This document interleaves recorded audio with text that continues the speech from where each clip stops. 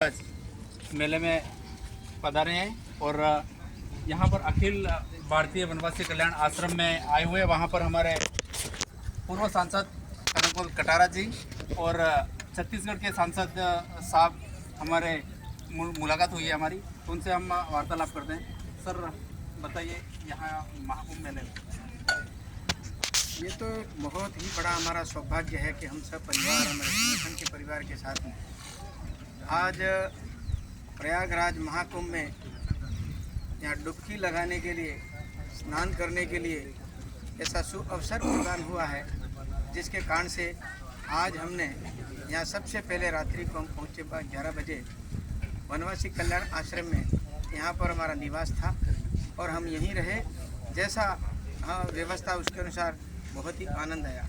अब इसके प्रबंधक के रूप में हमारे बीच में आनंद जी भाई साहब, क्षेत्रीय संगठन मंत्री हमारे उत्तर प्रदेश के, और उनके साथ में सहयोगी सभी राष्ट्रीय स्वयंसेवक संघ के सभी कार्यकर्ता यहाँ उपस्थित हुए। साथ ही हमारे साथ में यहाँ पर हम साथ रहे लोकसभा के अंदर, 17वीं लोकसभा के अंदर, उसके पहले 1954 राज्यसभा में था, उसमें नंद सहाय जी, डॉक्टर नंद सहाय जी जो छत्तीसगढ़ से आते हैं, 2-3 बार विधायक, 2-3 बार सांसद, ऐसे कर्मठ और सनातन संस्कृति को मानने वाले हम सब यहाँ एकत्रित हुए। आदरणीय आनंद जी भाई साहब के सानिध्य में यहाँ पर हमें यह आशीर्वाद प्रदान हुआ कि इस आश्रम के अंदर हम रात को विश्राम किया और आज हम भोजन करके त्रिवेणी संगम में स्नान करके यहाँ से हम जा रहे हैं। यह हमारे लिए सौभाग्य है।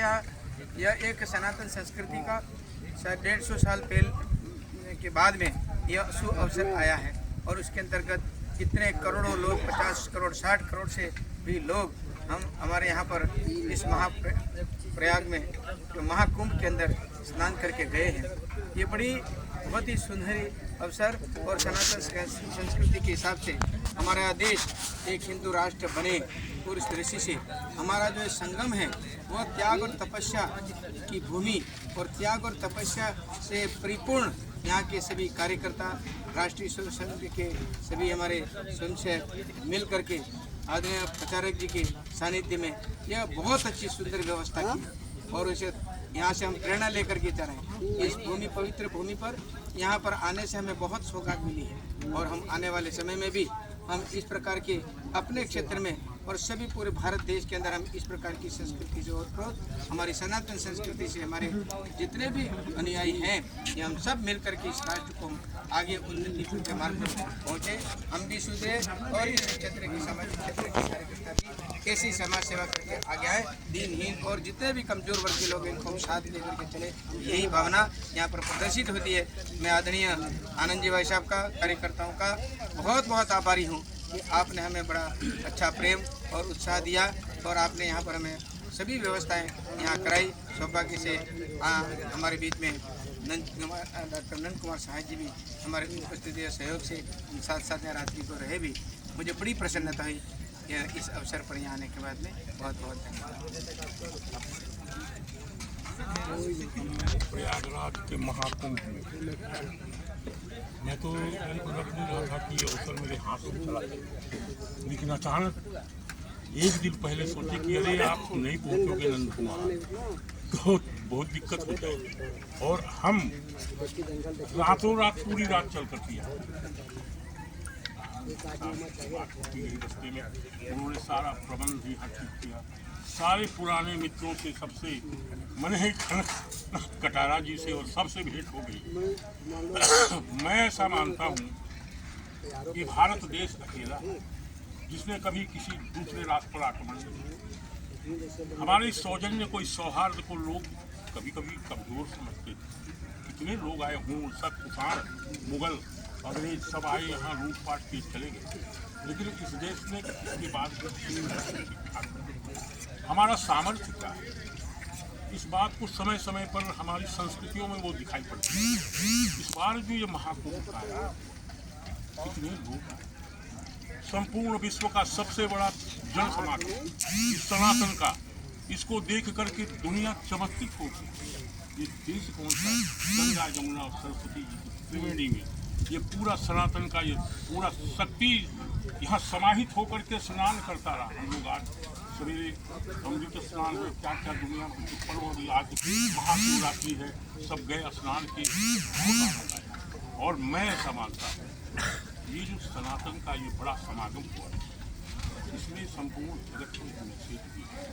ये देश दुनिया में भले लोग जो सोचते हैं, लेकिन इसकी जो क्षमता है उसको आकलन कभी कभी किया जाता है।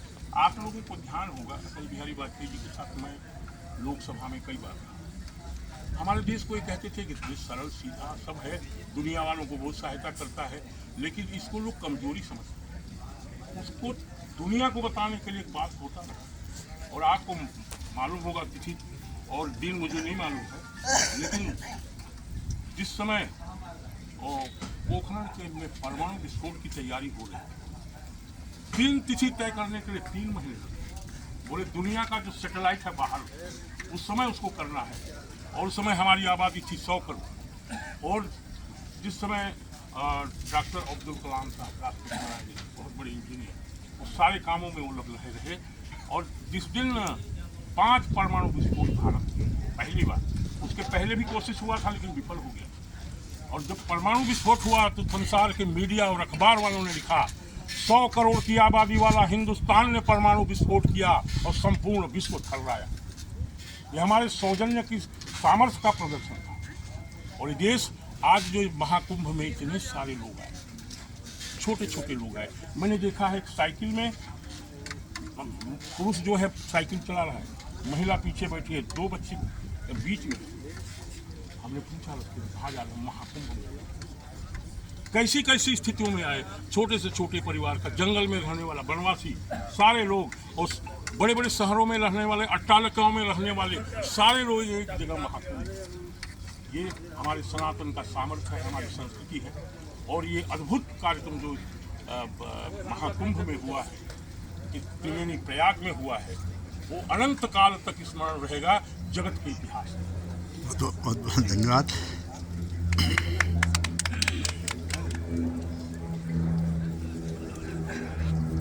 अखिल भारतीय वनवासी कल्याण आश्रम पूरे देश में गिरिवासी, वनवासी, जनजाति, आदिवासी समाज की आस्था, अस्मिता, अस्तित्व और उसकी अनुभूति को लेकर काम कर रहा है। और इसका सबसे बड़ा प्रयोग हमारे पूर्व पे जो करोड़ों वर्ष से किए हैं वो कुंभ है।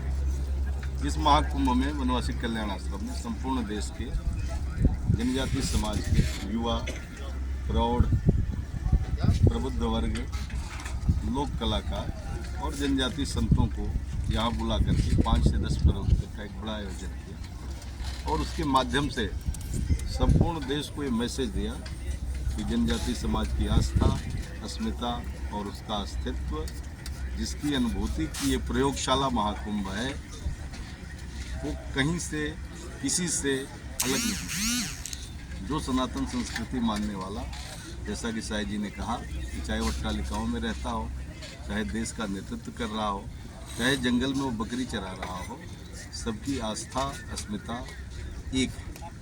और उसकी अनुभूति के लिए हम सारे लोग देश भर से आए थे। 10 जनवरी से लेकर ये हमारा सेवा शिविर कल्याण आश्रम का यहाँ चला। आज महाशिवरात्रि की उसकी पूर्णाहुति हो रही है। संयोग से हमारे बीच 2 वरिष्ठ पुराने कार्यकर्ता और तमाम प्रबंधक जो इस काम में लगे हैं, सब लोगों ने मिलकर के स्नान के बाद भवन के बाद प्रसाद ग्रहण किया। आज के बाद हम लोग प्रस्थान करेंगे। और पूरे देश के लिए कल्याण आश्रम का ये जो मैसेज है कि वनवासी समाज अपनी अस्मिता, अस्तित्व का मोहताज नहीं, उसकी सामर्थ्य तब भी प्रभावी रूप में थी, उसकी सामर्थ्य तब भी प्रभावी थी। हो सकता है कुछ कालखंड में कोई बात हुई होगी जिसके कारण हम इतिहास के पर्दे से थोड़ा पीछे हो गए, लेकिन आज हमारा समय आया है और देश के प्रथम नागरिक से लेकर के और ग्राम पंचायत तक हमारा अस्तित्व हर जगह और हमारी सामर्थ्य दिख रही है। ये महाकुंभ से हम ऊर्जा लेकर जाएंगे। जनजाति समाज की आस्था, अस्मिता, अस्तित्व और उसकी जो सामर्थ्य है वो देश के सामर्थ्य के साथ जुड़ करके पूरे विश्व के कल्याण के लिए, इस उद्देश्य के लिए आयोजन था। सर, वनवासी कल्याण आश्रम में जो व्यवस्था है जो आपने की गई है उसके बारे में थोड़ा बता दीजिए।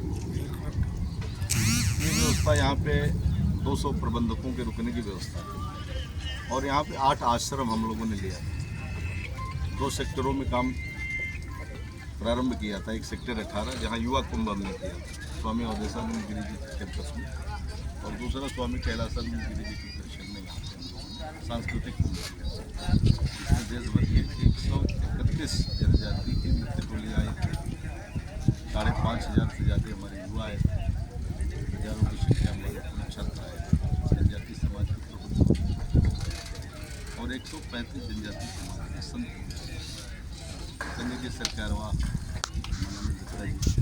समागम पूरे समय और अलग अलग समयों को जनजाति कार्य मंत्रालय, जनजाति इंदिरा गांधी राष्ट्रीय कला केंद्र और हमारी टीम के लोग, हमारे राष्ट्रीय अध्यक्ष सत्येंद्र सिंह जी, संगठन मंत्री जो अन्य सभी अधिकारी पूरे समय यहाँ रहे। कुल मिला के जो एकात्मता की अनुभूति है उसके दर्शन का एक कार्यक्रम था और सबके सहयोग से ये कार्यक्रम शुरू। धन्यवाद भाई साहब। पूरे देश के तमाम जनजाति समाज आपका आभारी है कि आपने इस महाकुंभ के महायात्रा में हम सब लोगों की सेवा का बीड़ा उठाया और हमको बहुत अच्छी सुविधा उपलब्ध कराई। जनजाति समाज अखिल भारतीय वनवासी कल्याण परिषद का आभार व्यक्त करता है। प्रांत के कोने कोने से जन जन से आपको धन्यवाद और आभार व्यक्त करता है। जय हिंद, जय भारत, वंदे मातरम।